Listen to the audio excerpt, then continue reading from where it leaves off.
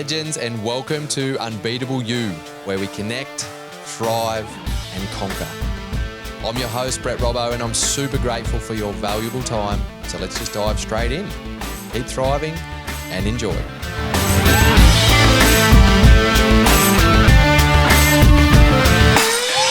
So I'm addicted to health, and it's one of my top core values: physical, mental, and emotional well-being. In 2016, after the Rio Paralympic Games, my gorgeous wife and I were only boyfriend and girlfriend back then. Actually, until the end of that trip, I proposed to her on the trek to Machu Picchu. Little side note there. Anyway, the health side of things. So if you haven't heard of the blue zones, there's zones around the world, in different parts of the world, where there's the most centenarians. So people living into their hundreds and healthily living into their hundreds. So they're still active, still mentally and physically alert and sharp, well into their hundreds. And they've studied these different areas. I think there's 7 blue zones around the world, and identified some commonalities, and human connection is one of them. Quality foods is one of them, although the foods are different in a lot of them. There is laughter and love is a big part of it.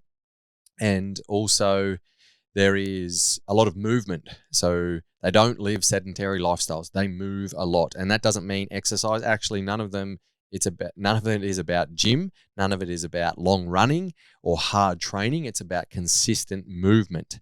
So instead of sitting around for hours, they've got to walk to pick their food. They've got to walk to collect different things. They wash a lot of their hands by clothes by hands in some of the areas.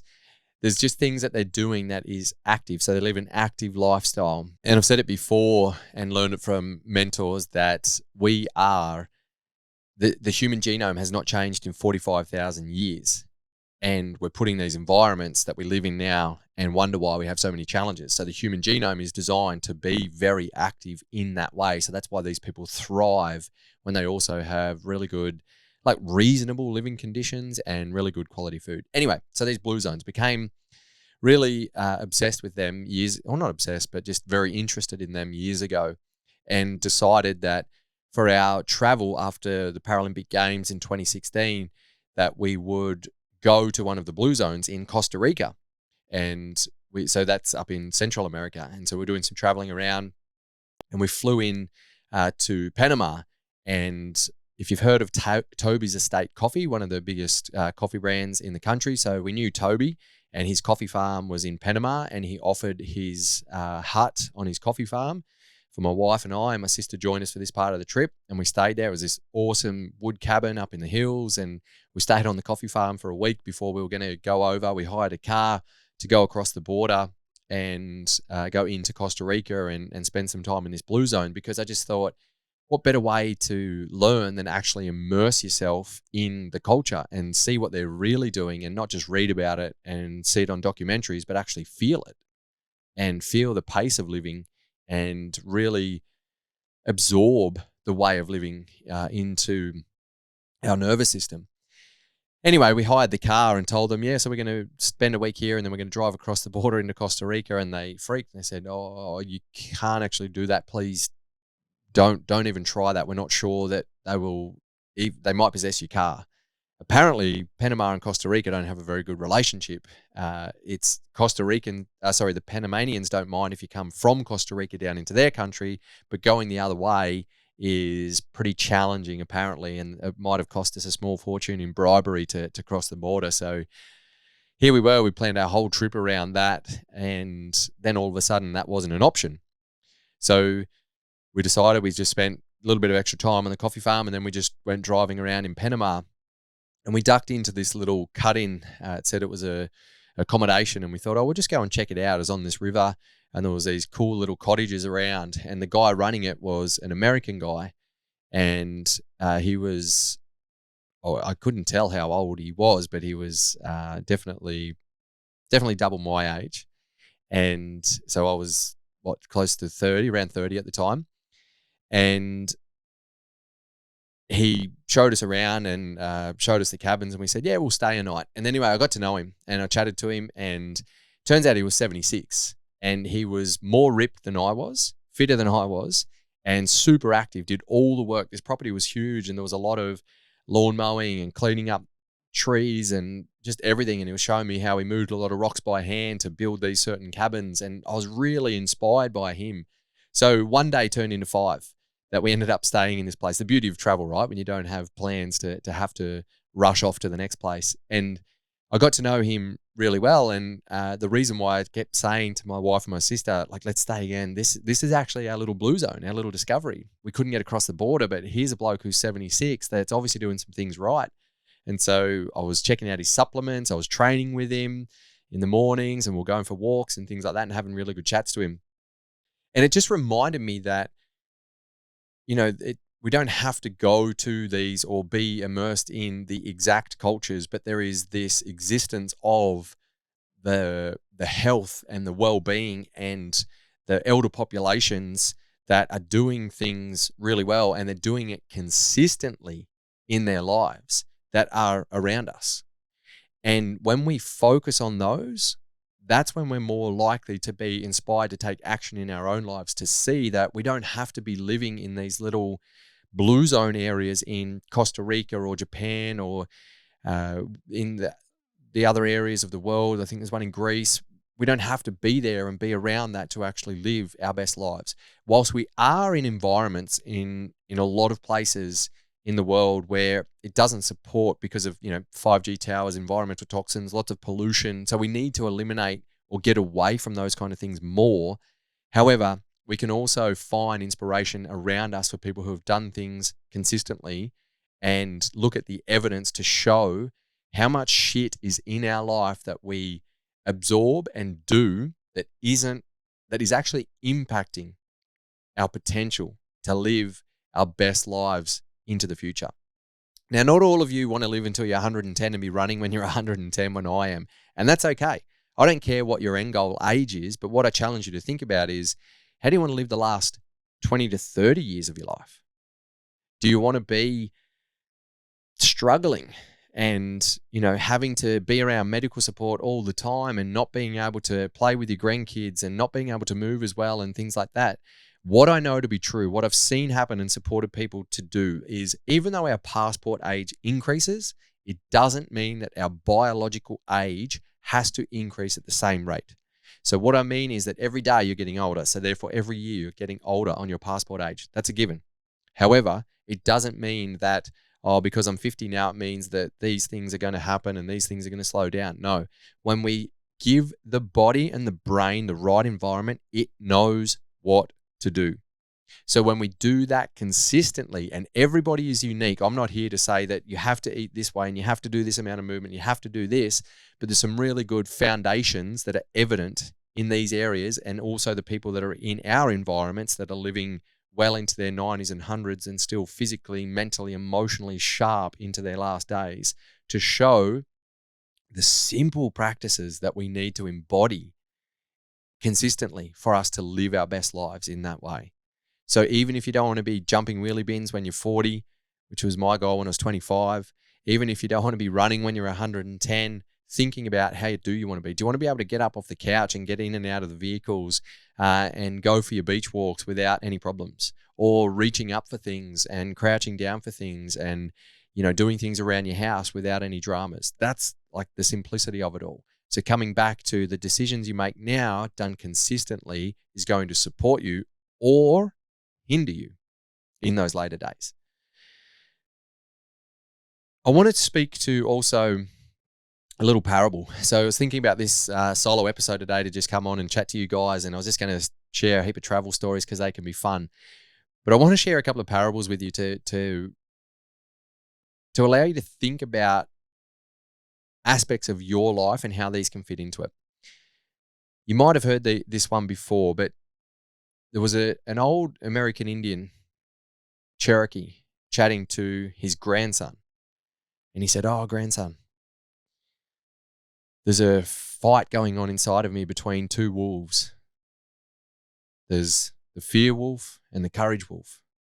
And with the fear wolf, it's the anger, it's the fear, it's the resentment, it's this hardness within me.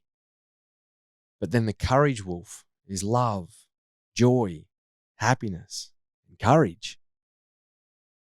And they're always fighting. In actual fact, grandson, this is happening inside you too.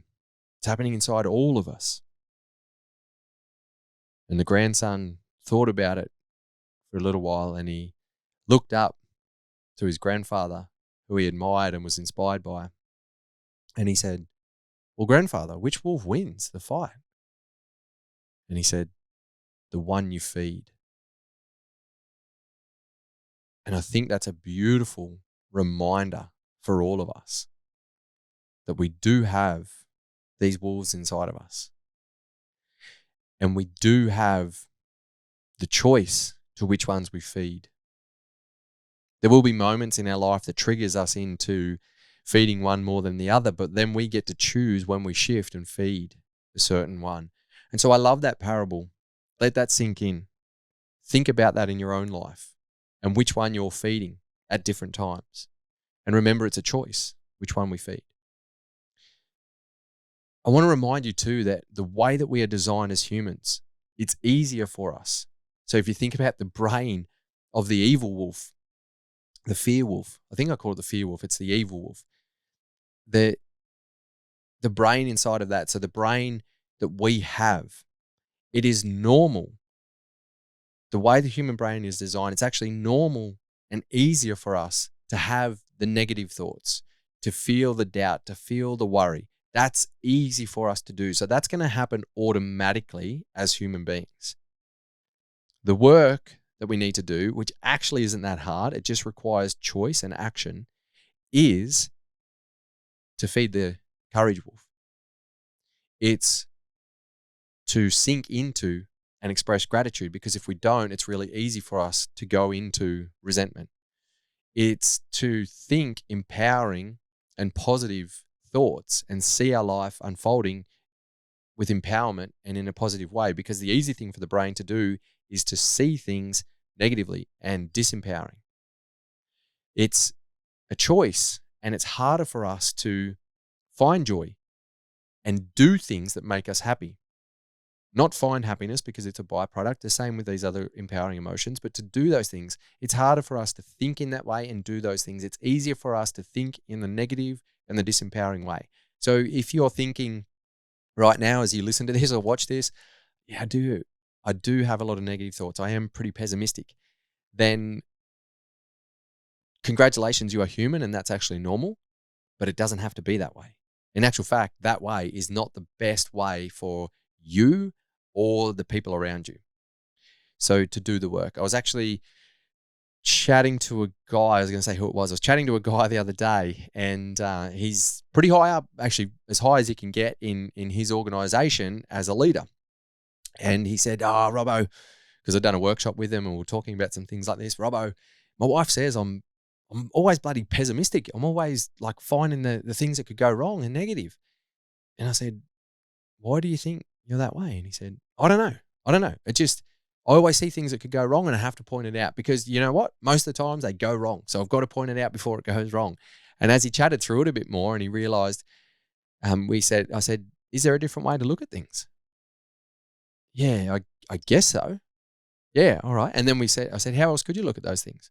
Because it's one thing to plan for things to go wrong, and then it's another thing to just say, to be pessimistic and talk about all the negative aspects of, because it then leads on to seeing other negative things and being pessimistic about other things as well. And he just took a deep breath and he went, you're telling me I can change? And I said, you don't have to. It's your choice, but it's a good choice. And yes, I'm telling you that because you're human. So just that reminder that just because things have been a certain way, it doesn't mean they have to be that way. Another little parable that I want to finish on is this story of a father and his twin boys. So the twin kids, they grew up in the household with their father, who was an alcoholic. And he was also used drugs and abused their mother. And he ended up in prison after a number of years. When the kids grew up, they went through teenage years, adulthood, When they were 30, they were followed up, and one of the boys was found in prison. He'd been an alcoholic, a drug user, and abused women. And the other boy, now a man, was a very successful businessman, happily married, beautiful family, very values aligned. And so they asked the boys, they asked the guy that, well, they're men now in their 30s, asked the man in prison, so why do you think your life ended up like this? And he said, look at my father. Of course it did. And they asked the man who was happily married, successful business, very values aligned. And they said, why do you think your life ended up like this? And he said, well, look at my father. Of course it did. Two humans, same experience, different perspective, allowed them to make different choices. I often find in my work that people will say, I am this way because. And that because is from a past experience. And the way they phrase that is the meaning they've given to that past experience is, it was inevitable. And I am this way, and that's the way it will be. That little story is just a reminder that it's not because of what happens in our life. It's the decisions that we make after